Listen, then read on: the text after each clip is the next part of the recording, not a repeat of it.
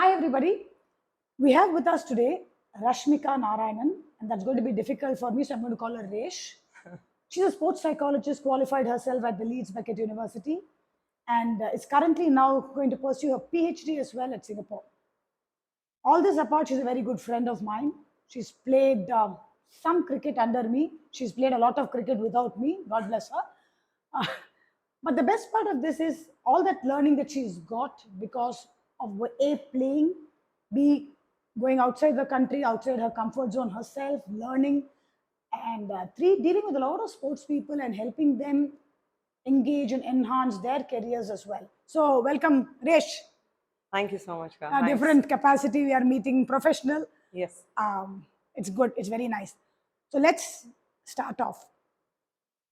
What do you think is the role of a sports psychologist today in the sports world? Okay, so I think that's a good question, but a very broad question. So, as a sports psychologist, I think sports psychologists today have become equal to SNC or anybody who's working with the body. So, most of the time in today's world, you give a lot of importance to the body, but somewhere down the line, there is one part of it which is always missed, which is the mind. Mind, the major role for a sports psychologist right now with any sport that you take is to basically help them their fullest potential. So you'll see so many athletes working 365 days with their body and their skills, but somewhere down the line they always miss out on the mind. And the major role comes there, where on that particular competition day, where an athlete has to perform to their fullest of the ability, they have to have the right mindset and the right approach. So, training and preparing athletes to do that 100% is where the major role comes in. Again, so one is for the performance, the other one is recovering from performance. So, let's say an athlete has had a very good performance. So, trying to be consistent with that performance is something that they need to learn. And the second part of it is obviously the failure. So, handling a failure again is an important part there, where a sports psychologist can help them get back, make a comeback, or handle the whole failure situation. So I think, if you generally ask me, the major thing comes first in preparation and then in the consequence of a competition. Great. So, very beautifully explained the two needs for a sports psychologist. So, you can be a performance enhancing person, and at the same time, it also involves the mood part of the player. How are you going to keep it stable? How are you going to keep it motivated? All of that. Now, told us what the role is. Do you think people in India have understood this role? You know what, in spite of us going through so many situations on our like day-to-day basis, we have never recognized that it's the mind that's giving us the problem. So you might go through a lot of issues. Let's say you get really frustrated with a road traffic. You might think that it is the government that is basically causing you to be stressful, but it's actually not that. What importance you give for that particular situation, end of the day, will have an impact on your emotions and how you react to it. So, in India, I genuinely feel there is a lot of awareness after the COVID situation, especially. We saw, as psychologists, have seen a huge change after the COVID situation, because everybody had to go through some mental issue during the COVID situation because of the isolation. But apart from it, if you generally ask me, as far as sports is concerned, I definitely feel around 20% might have an understanding, but then 80% don't. They don't regard it as one of the important things. Great. So, another significant question that came to our mind is obviously there's a psychologist, there is a player, and there is a coach involved. Yes. Okay. How much of information is the coach privy to between you and the player, and who decides how much the coach needs to know? That's a very interesting question, because I think when a sports psychologist comes in between an athlete and a coach relationship, it's always very, it's something that probably pricks a coach a bit, because now there is another person who's very closely involved with that particular athlete. So you should understand that as a coach, you spend, maximum amount of time with the athlete as far as the sport is concerned, and the sports psychologist will spend a very, I would say, around 25% of the time.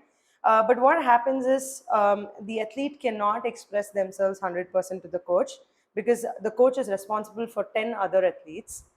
In that way, if you see a sports psychologist, they're able to keep it open, because there is always this factor of confidentiality. So, confidentiality has to be maintained. So, as a professional, we are taught how to maintain confidentiality, we are taught how to give information to the coaches. So we might gain some personal information from the athlete. We might get to know, let's say, an athlete reports to me that he's not very comfortable with the coach. It could be anything from how they communicate to how they feel around them, and it could be anything for that matter. So I, as a sports psychologist, have this responsibility to make sure that I put it across to the coach. Because if I don't put it across, the situation of the coach will never improve. Sorry, the situation of the athlete will never improve. So how I'm going to put is where the difference is made. So if I put it in a way that, you know what, that particular athlete told that this is what you're doing, and therefore this is what he's feeling, that's about it. So the coach and the athlete will never exist again. So at this point, my role or my responsibility is I make sure that I put it across in an effective way, as if I'm trying to improve the environment of the entire club or the entire system, and thereby helping the athlete who is directly related with me. So that's how it is. And information wise, it's very, very subjective. So certain times, if I feel the coach is extremely open, I can give all the information. Obviously not in a first person way, but more so in a, more, it would be more in terms of suggestions. But let's say I know that the coach is very closed or he is very conservative. In that situation, I'll make sure that I don't tell anything to the coach, because here what will happen is the information will get misread, and it might, he might end up targeting the athlete. So I have to protect both ways. Could this also be the same case with parents, their wards, a psychologist, and the coach in the picture? Now I'm adding one more person to the mix, and that person is the one that is driving the student, the Yes. player, and as well as perhaps influencing the coach. And so, how much do the parents have to? What is the role of parents when there is a psychologist as a coach involved? How much do they come in? Do they also need to be addressed by you? Absolutely, yes. So, a triad. So, it's called as an athlete triad. So, without the parent, no, the athlete cannot succeed. So, it's very, very important. So, the sports psychologist is usually considered at the middle of a coach, athlete, and a parent. So, usually it's always done in the triangle. So, we make sure that whenever we work with the athlete, we work with the coach as well as the parent. Because unless and until the parent reinforces it at home, where his character, his vulnerability is maximum, if things don't happen there, it's not going to happen on field or off the field near the coaching space. So it's very important that any behavior or any learning is first reinforced at home. So actually, more than the coach, it's actually the parents, majorly because it's the maximum amount of time that they spend, and they are the ones who can always keep an eye on their athletes, on their kids, more than the coach. So coach might have maximum, let's say, 3 hours a day of time being spent, but the other 21 hours is always with the family and somewhere around their parents. So that's one of the reasons. So I definitely would suggest that parents play an important role. So they are somebody who needs to be involved in this entire mental conditioning system as well. This triad was a fantastic thing you said between you being in the middle of the parent, the student, and the coach. Now, when there is an age factor that comes in with players, that is where I feel it becomes very, very challenging. Because as a young adult, at home or in a public environment, the parent's role becomes lesser. You tend to look at the coach as your, you know, all your figure, father, mother, mata, pita, guru, they put it all into one place. So now the parent feels a little vulnerable, Sure. right? Yeah. So this role of the parent is best when do you actually get them to be involved. Well, when do you ask them to step away at some level, or is there a constant way where you're going to keep everybody engaged? Okay, so yeah, with parents, as you rightly said, there is some insecurity. There would be some vulnerability change when it comes to, when kids are at 18, 19, and they realize that the coaches are the people who are helping them get where they want to be. So when a 19-year-old child aspires to play for India, he knows that a coach is one person who can push him and probably teach him things for him to play at that level. So obviously at this point of time, what happens is athletes start to view their coaches as everything. That is what you said. And yes, that's right. So at this point of time, what parents need to understand is their priority for that particular moment and that particular age is for them to improve as an athlete. And therefore there is this shift of importance and priority. It's not to do in terms of, let's say, it wouldn't be in terms of changing what they have for their parents. So what they have for their parents is going to remain the same. It's just about that particular moment and that particular situation where they need to start prioritizing what their coaches say more. So it's very important that as a parent you understand the shift in priority, you understand what your child aspires to do, and even if you have to step down slightly from what you've done in the past for your athlete, it's not something wrong, or it's not something that's going to have a bad consequence on you. So that's something that I would, probably tell the parents. So, so basically, parents don't have to worry about feeling left out of their children's career. That's exactly that point, right? Absolutely, yes. Great. There will be actually, if you notice, as a pre-KG kid, when you leave, the child is actually dependent more on you. The child will never want to be in the class. But by the time they come to 8th, 9th, 10th, they don't want to be at home. They want to go to school so that they can meet their friends. So the shift that there is in terms of their interest and their priorities, it doesn't mean there is lack of love or they don't like their parents. It's just that at that moment, they prioritize what they want more. So I've got a daughter who does pretty much the same thing. Yeah. I understand what you're saying. Understandable. All right. So coming to now, let's talk about when they are in season. Let's talk in relation to the sport that I coach, cricket. So I've taken a player and she's been doing phenomenally well at practice games, selection matches, and then we head to this tournament. It's a big tournament. Suddenly, there are a couple of bad runs, string of bad scores, or bowling has been a little all over. You are not traveling with me. I have to deal with this player who's now was high on confidence. Every game I'm seeing her or him come down. Now, who takes the call on how to go with that particular player? See, if you are there, you probably would suggest. You are not there, maybe you would have no understood the player well, so you could put in some suggestions. But at that point in time, say the player wants one thing. The player says on an off day, I want to really hit the net. Well, I feel better taking a step back. All right, while you feel maybe you have spoken to the ward, to the athlete, you have spoken to me.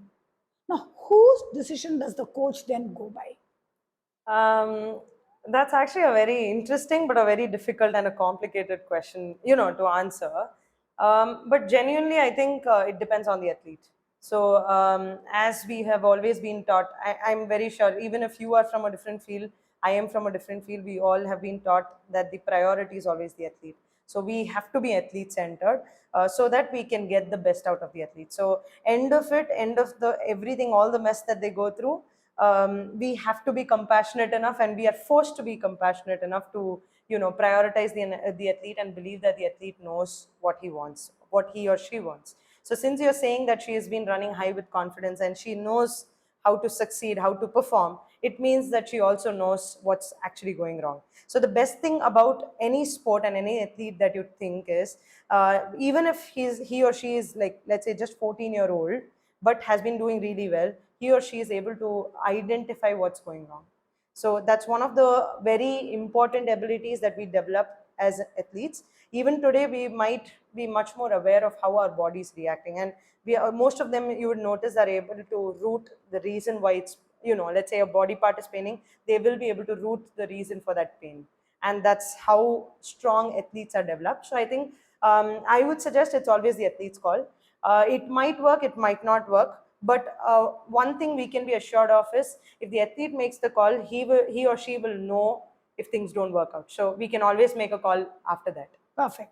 So it's ideally that's a win-win situation, guys. Player-centric coaching definitely helps, and I think that's something we all need to understand.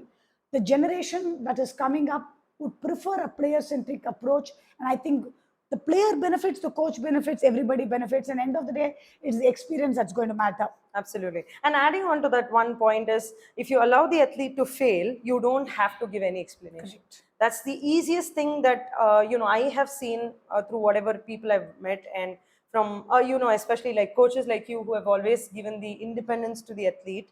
I have felt that the athlete will learn himself whether he's able to step up or not. And that self-realization is something that, we need to work for. Because end of it, self-realization, not just with the sport. Once you develop it with the sport, they will also realize a lot with their life. So it has a long impact on their life.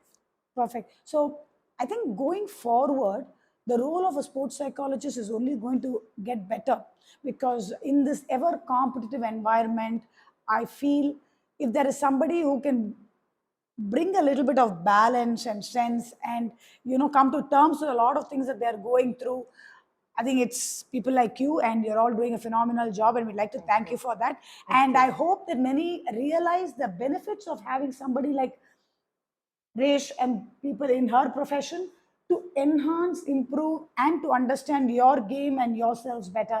So I'd like to thank Rashmika Thank you so much. for her time over here. Thanks. There was a very little prep time I gave her, and I wanted this to flow as naturally as it could. And I think the way things have panned out, even I have ended up learning quite a bit. I hope parents, coaches, athletes who get an opportunity to see this video understand that we are all trying to get the player to perform to the best of their ability. And in doing so, we are also likely to make mistakes. But the intention is absolutely all for you guys. Cheers, take care. Thank you.